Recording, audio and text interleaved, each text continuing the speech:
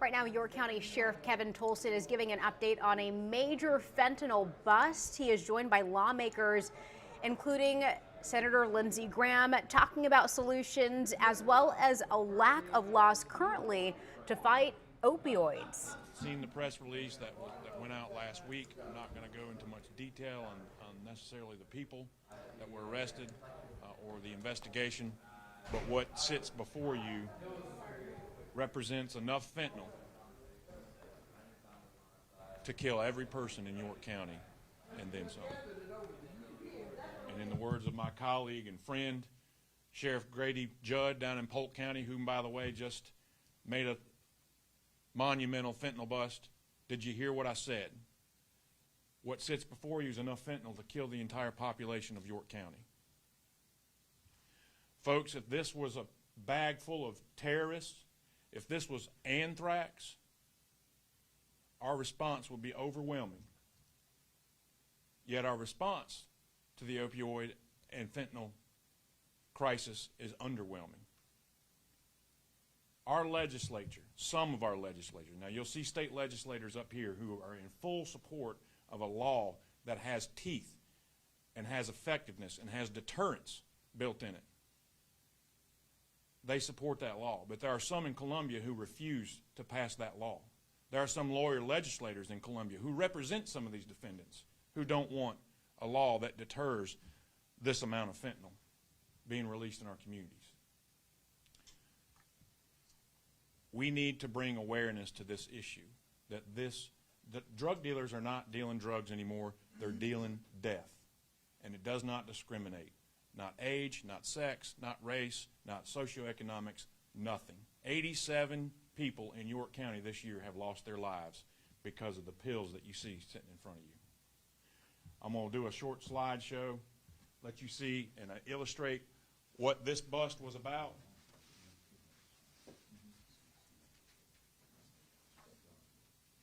There's 100,000 blue pills in this one bag. If you go for the theory of one pill, one kill, that's 100,000 deaths.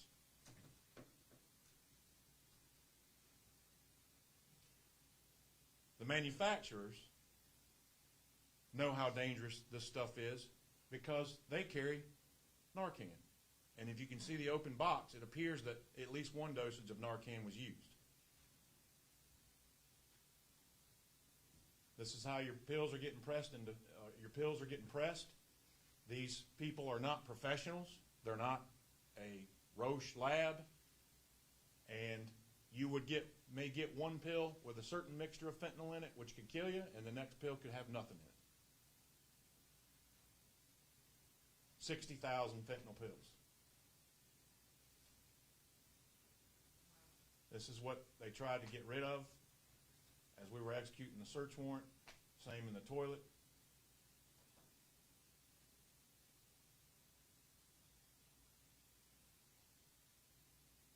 That is that raw, BJ, or is that? That's a mixture like that was in a bathtub. That is ready to be pressed in a pill press. Different color pills, just a marketing technique.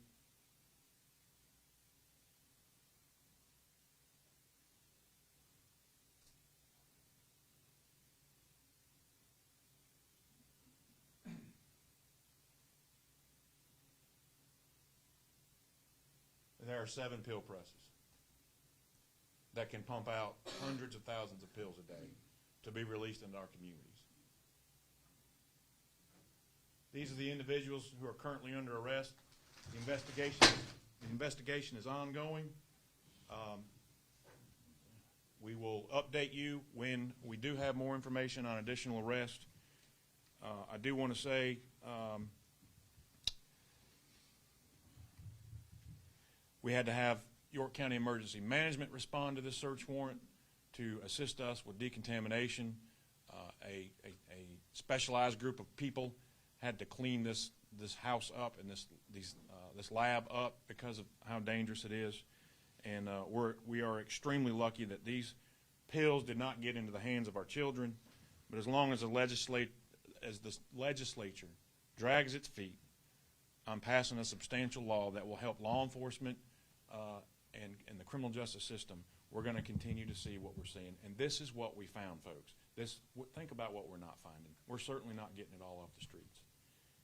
It's deadly, it's serious, and the lack of the legislature to deal with it, in my opinion, just offers a hedge of protection to drug dealers. And with that, I'm going to turn it over to Senator Lindsey Graham. Thanks, Sheriff. Well, number one, I want to thank the law enforcement officers involved in making this raid. You risk your lives every day for the community. Sheriff, thanks to you and yours. There's a federal component to this. This is what they do to keep us safe. And I can only imagine what kind of tasks they have ahead of them.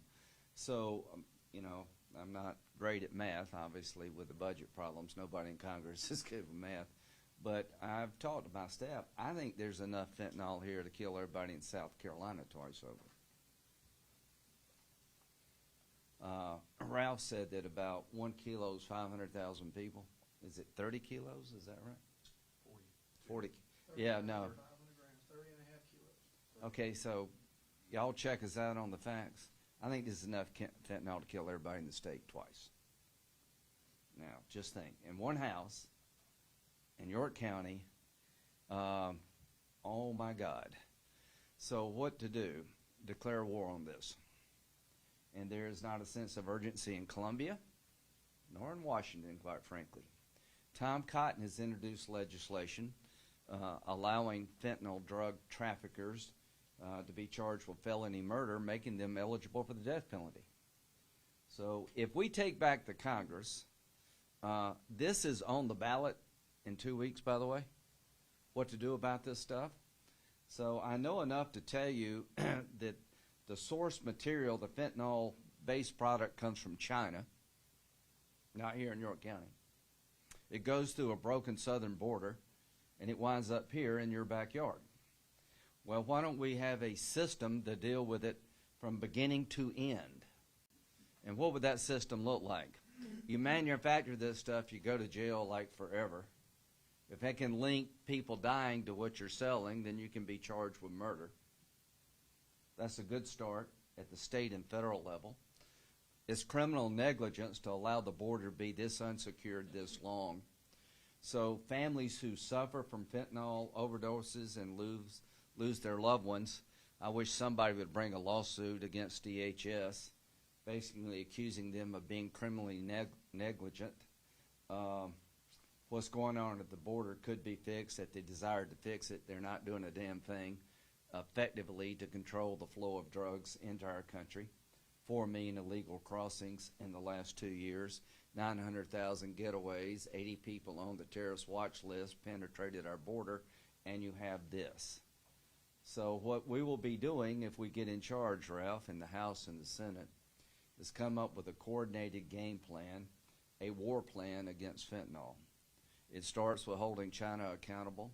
It starts with repairing our southern border, going after the drug cartels that get it into the United States or making billions of dollars, and making sure those who go into this business suffer the consequences of the deadly business. The reason there's so much of this, there's not enough deterrence. To those in Colombia, you need to make dealing fentanyl the last thing you want to do if you got a half a brain, because it's certain jail time, and it may be more than that. At the federal level, we need to come up with a coordinated effort to make sure the federal government's resources are joined up with local officials to maximize the potential to catch as many of these labs as we can before it's too late. Halloween's around the corner. All of us worry about some of this material getting into candy-like products. It is just a scourge on the United States. The number of young people dying is going through the roof because of drug overdoses. It's changing our life expectancy. So those who in China allow this product to come to the United States, you should be considered an enemy of the United States. To those in the drug cartel business, you should be considered a terrorist organization. And when it comes to securing the border, the people in charge are doing a lousy job. And hopefully, if we take back the House and the Senate as Republicans, the first bill coming out of the House, coming to the Senate will be a border security bill with a fentanyl deterrence component, changing federal law to make this the crime that it is a crime of death. Thank you. Solicitor Kevin Bradford. Good morning. Thank you all for being here today. I want to join Senator Graham in thanking all the officers who worked for a lengthy period of time to put this investigation together. We're blessed in York County to have a multi-jurisdictional drug enforcement unit. All the police agencies in the county come together. We meet in this room once a month, all the chiefs, the sheriff, and myself, to discuss issues such as the fentanyl problem and common issues that affect us all, but especially narcotics. And because of this combined joint effort, we're able to accomplish, along with our federal partners, a historic seizure of how many people could have died from all this. I can't even imagine if this had made it out to the streets. I know we have family members of people who have passed away in the room with us. They reached out and said they wanted to be here because they have experienced, unlike anybody else, firsthand what exactly the consequences of this sort of drug dealing does. That it has hit home with them more than anybody. They've lost loved ones, and my heart goes out to them. We work tirelessly in the criminal justice system to prevent that from happening, but we're hampered. We can't do our job as effectively as we would like to. We're hampered because we can't get laws that will hold people accountable. We've been trying for years to get a fentanyl trafficking statute, and Speaker Pro Tem Tommy Pope has sponsored one. We supported it out the gate, but by the time it made it out of the legislative process, it was actually worse than the statutes we have on the books now. They weakened it to the point where it was useless and actually counterproductive to what we're trying to accomplish. How we fix that, we can't do it. We've tried. We've spoken to legislators down in Columbia. There are certain folks down there who just won't work with us, who are determined to make sure that this kind of statute doesn't get passed. They don't want mandatory minimums. So we're stuck. But I'll tell you who they will listen to. They'll listen to you, the public. They will listen when you call them and demand that they do something about all the death that's happening on our streets. They will pay attention to what you say. So we're here asking your help to do that. We desperately need to reverse the course that we've taken over the last 10 years in South Carolina. Starting in 2010, we began gutting our criminal code with the express intent of reducing the number of people in the Department of Corrections. And we've succeeded.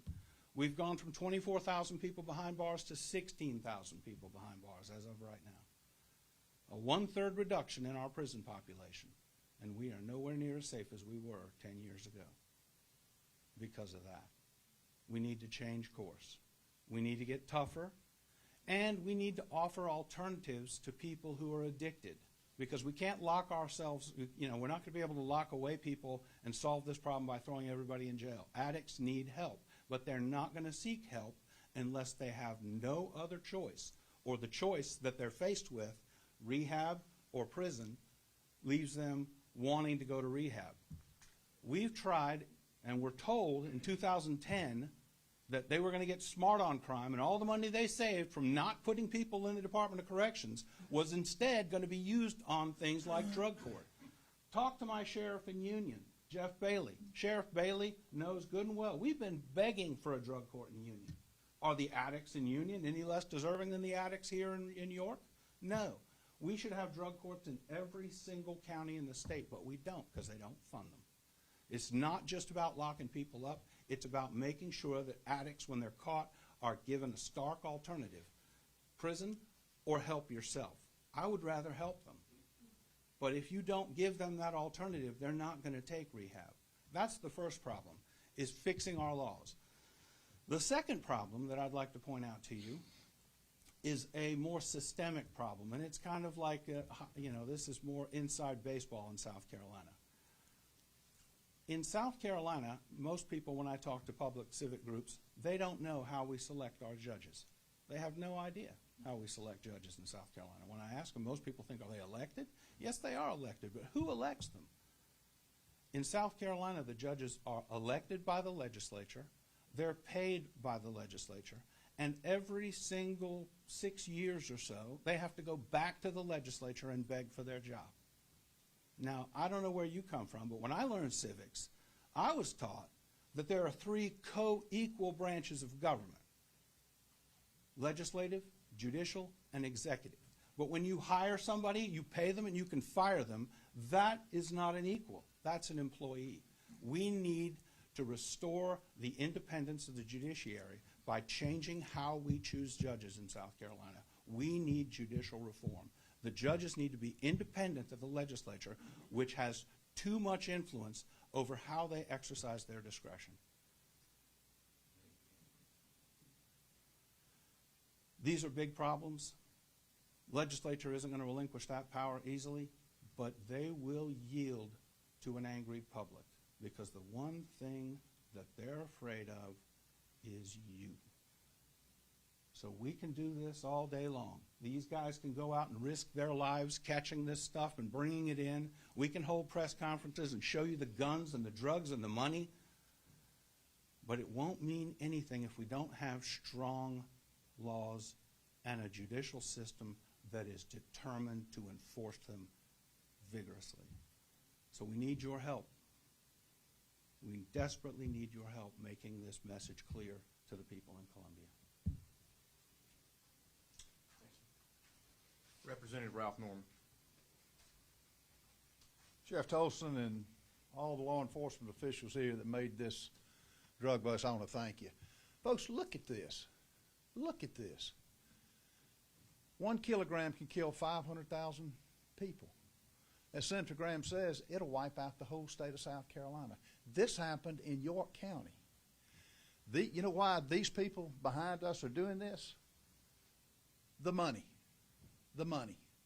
The drug dealers are making billions of dollars off this. This is an assault on our young people, and not just young people. If you could talk to the DEA agents that I have, and he shows the 40 pages of young adults that are dying that think they're smoking an innocent marijuana joint that's been laced with this. This is outrageous. There are no drug treatment programs in morgues. There are no drug treatment programs if you're dead. There are no drug treatment programs for the police officers who put their lives on the line doing this, finding this out. So, folks, enough is enough. Enough is enough. On the ballot is what you see right here. For this administration to allow the border to be wide open to anybody and everybody, which, by the way, is 5 football stadiums of a Clemson, North Carolina every 30 days coming across the border. It's unfair for law enforcement, and it's unfair for the citizens of this country. And as has been said, it starts in Columbia, and it goes to the federal government in Washington, D.C. that has failed to do the jobs, mainly to shut the border down. It's happening in China. It's being made in China, shipped to Mexico, and then here.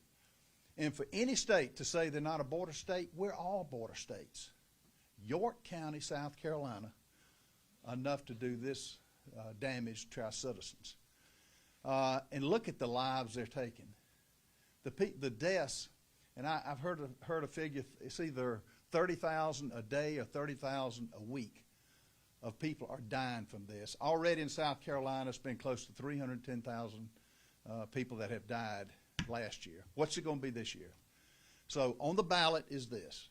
On the ballot is, we got so many issues, but to shut the border down is a number one concern, and then get the politicians in Columbia and the politicians in D.C.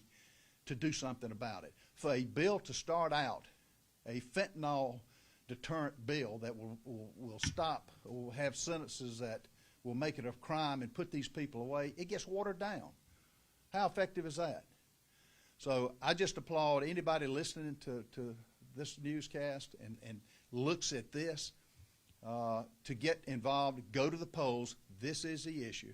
It's our time, and we've got a upcoming election that anybody that does not stop the bills that need to be passed, that will put these people away for a long time, behind me and those coming. And folks, unfortunately, this is a preview of coming attractions.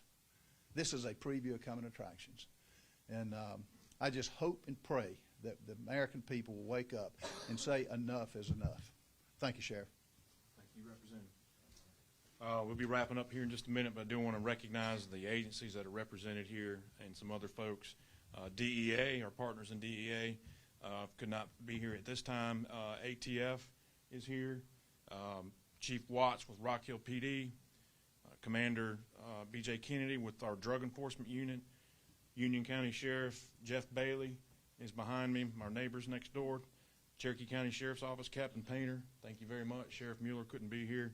Fort Mill Police Department, Chief Brian Zachary. Right now you are hearing from Sheriff Tolson out of York County talking about a major fentanyl bust.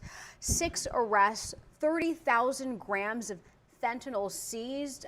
We also heard from lawmakers, including Senator Lindsey Graham, calling on legislators to come up with new legislation on a state and federal level to stop drugs from being trafficked within the state. Our Sharon Hayes is out there right now working to gather more information on this story, and we're going to get another check of it coming up during the noon broadcast. So you'll want to stick around with us for more on that. If you are watching on the news app, though, we're about to end this stream and get a check of your top headlines in a couple of minutes.